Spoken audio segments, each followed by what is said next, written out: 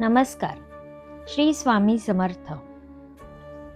श्री स्वामी समर्थ हे केवळ देव्हाऱ्यातील मूर्ती नाहीत, तर भक्ताच्या प्रत्येक श्वासामध्ये, प्रत्येक विचारामध्ये आणि प्रत्येक कृतीमध्ये श्वास करणारे सद्गुरू आहेत. स्वामी समर्थ नेहमी सांगतात की खरी भक्ती ही फक्त पूजा, आरती, उपवास किंवा विधींमध्ये अडकलेली नसते, तर ती आपल्या वागण्यातून प्रकट व्हायला हवी. सेवा म्हणजे काय? याचा अर्थ अनेकांना फक्त देवपूजेशी जोडलेला वाटतो. पण स्वामींच्या दृष्टीने सेवा म्हणजे निष्काम भावनेने केलेलं प्रत्येक कर्म. कोणतीही अपेक्षा न ठेवता, कोणाचंही नाव न बघता आणि फळाची चिंता न करता आपण दुसऱ्याच्या दुःखात सहभागी होतो, तेव्हा तीच खरी सेवा ठरते.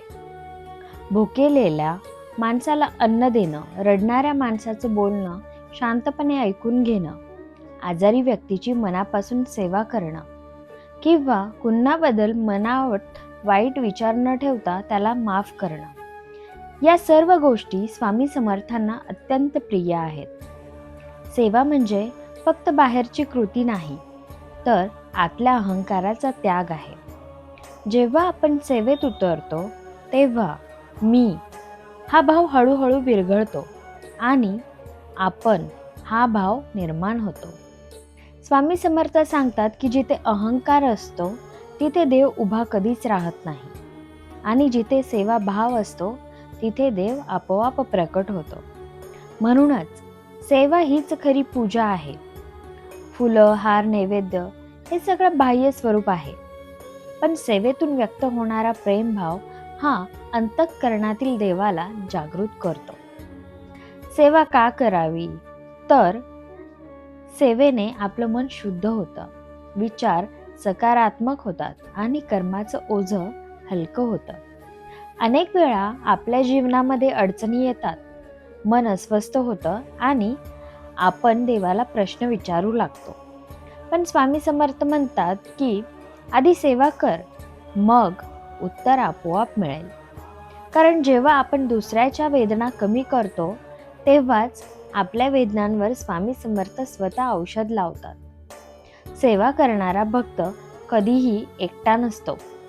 त्याच्या पाठीशी स्वामी समर्थ हे नेहमीच असतात, कारण योग्य वेळी योग्य मार्ग दाखवतात आणि संकटाच्या क्षणी अदृश्य मदतही करतात. सेवा करताना मोठेपणा, प्रसिद्धी किंवा कौतुक यांचा विचार कधीच करू नये. कारण खरी सेवा ही शांत असते, गुप्त असते आणि फक्त स्वामींना दिसणारीच असते. रोजच्या जीवनामध्ये थोडीशी सेवा भावना जरी जपली, तरी स्वामी समर्थ आपल्या जीवनामध्ये मोठा बदल घडवून आणतात.